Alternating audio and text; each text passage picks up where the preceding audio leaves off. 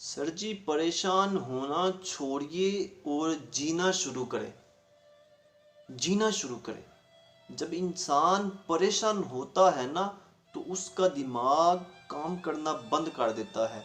जब इंसान परेशान होता है ना, तो उसका इम्यूनिटी सिस्टम खराब होना शुरू हो जाता है।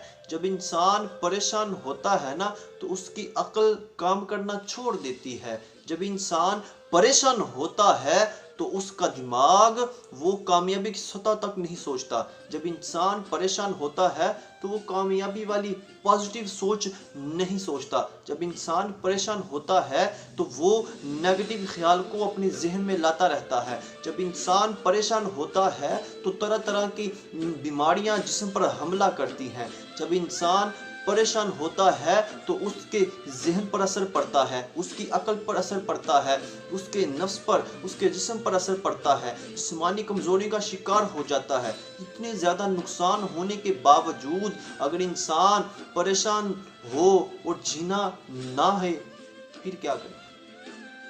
परेशानियां क्यों आती हैं?